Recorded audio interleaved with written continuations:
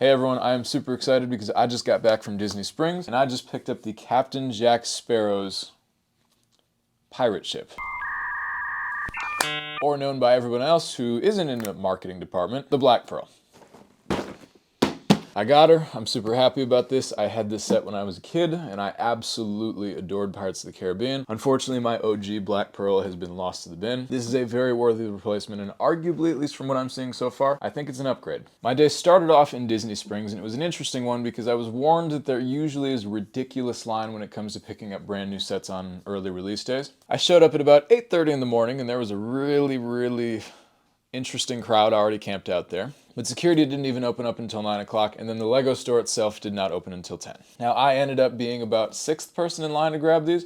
Now, dummy me was walking all casually through security, and then I saw people sprinting to the Lego store, so I was like, oh crap, I gotta pick up the pace. And it was literally like the most unusual crowd ever. I mean, there were legit soccer moms and grandmas sprinting to the Lego store to get this set. We were in a dead sprint. These are grown adults. Lego had a much bigger stock of these things than I had ever imagined. It's very rare when corporations or even just retail stores prepare for the amount of demand. However, I was very pleasantly surprised. This box was literally around the entire store. It was everywhere. It was unavoidable. But I was really grateful to see that even though the line was absolutely huge, I mean, it wrapped around pretty much the entire store, everyone, it seems like, got one. I also had a friend that showed up later on in the day, and he even said he got his no problem whatsoever. I also did get a sneak peek at the set earlier on, the day prior. They had it kind of on a cart and were just showing it off to people. And like I said, so far, I've been really impressed with this set. I do wish we had at least a few more minifigures and maybe even Captain Barbossa's monkey, but outside of that, this is technically Captain Jack Sparrow's pirate ship. But nonetheless, I'm excited to dive into this. I've never really done a big Lego unboxing review of a set like this, but I'm really excited to show you guys my thoughts. Now, to already start, we've got half of the Legos. The bags are split into the rest of the box. The other are shoved into this one right here. The majority of this is like the sails and some of the base pieces, which I believe will be going on the very bottom. I underestimated. I didn't realize this set was going to be as many pieces as it was. I mean, it's really not all that terrible. It's only 2,800 pieces. So with this, we have a very girthy, but not as big as I expected. Well, that's gonna get clipped. About 390 pages or so. I do appreciate when we get little intros to the instruction booklets. It brings a lot more life to them, and I do like that. It makes it feel a little more luxurious.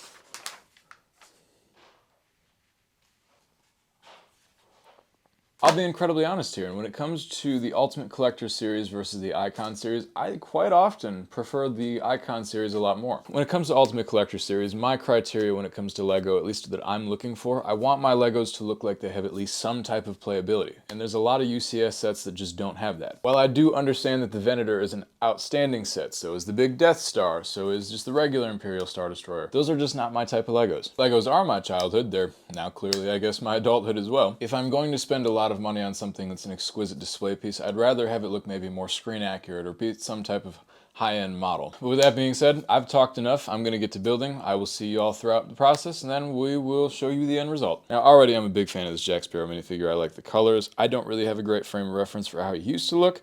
I feel like these colors pop a little bit more than my memory, but I do really like this minifigure. Now, the very first thing that I built along with the base is what I believe is the mechanic for the cannons. Now, this is just the inside skeleton of it. This is the mechanics, but the cannons will both be controlled from the back by these two little dials right here. I do wish that there was one specific setting so that you could just pop both the cannons open. I've now continued with just a little bit more instruction, but this looks like how the cannons will at least move from the base level, which is really cool. I do not know how people come up with this type of stuff. So I haven't been building for too long. I'm currently 6 bags in, and the only thing that I can say so far that I'm not enjoying about the build is the repetitiveness of the cannons. I'm gonna sound like a big baby here. There are really not that many cannons, but when you are building, it feels like it's a lot more, and I've still got 2 more to go, I think. But the repetitiveness of the cannons is a little annoying, but I know that the end result is gonna look really cool, especially because they are currently functioning. That is such a great detail. So thank God the cannons are finally done with. I never want to touch a single cannon again in my life, but at least for now, the effect looks like it works as intended. This is an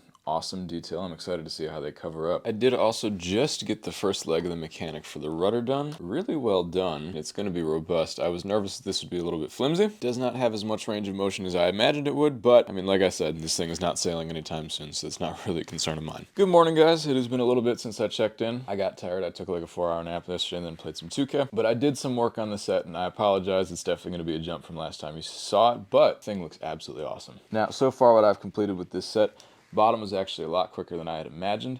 My only thing that I'm kind of worried about right now is there's a very large gap right between this section and that. I don't know if that's intentional or if that's something that I may be messing up. It doesn't look like it would be any different, but outside of that, I have no complaints so far. This thing is absolutely incredible. It's so cool how the rudder moves. The cannons look absolutely incredible. I do love the detail on this back section though, especially with the cabin, but like I said, my only kind of concern right now is that gap really doesn't look that great.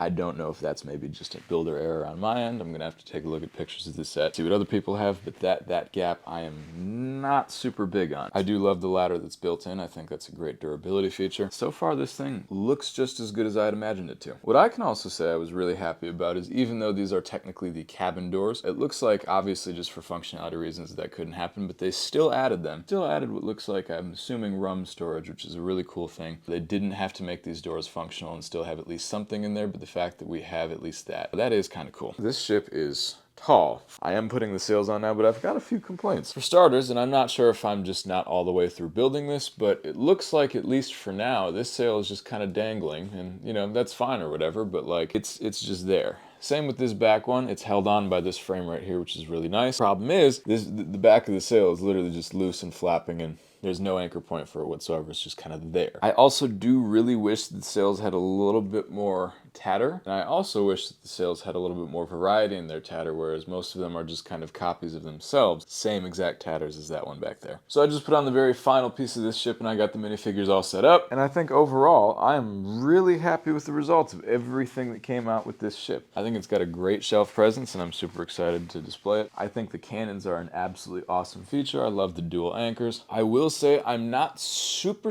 crazy about the sails, and I'm not super about this one just flopping. That rudder also by the steering wheel can move manually. It's not much, but it's nice that it's at least there. I am also still not super crazy about the gap that is in that back section, but overall, like I said, this is still a really solid looking build. I am just overall really excited to see how this displays with all my other Legos. I'm just super grateful that this all turned out as good as it did. As someone that owned the original Black Pearl, I'm really happy with the detail. This definitely feels like an upgrade, although there are some elements that I do wish had made it over from the original. I'm not really sure why, but the ropes on some of these don't really look that great. This one right here looks fine. That one kind of looks wonky, and I know for a fact, please correct me if I'm wrong, but I do believe on the original Lego set, those ropes used to be a very solid fixed piece. And so to have those be kind of wonky on this one is a little bit of a downside. I do appreciate what they're going for.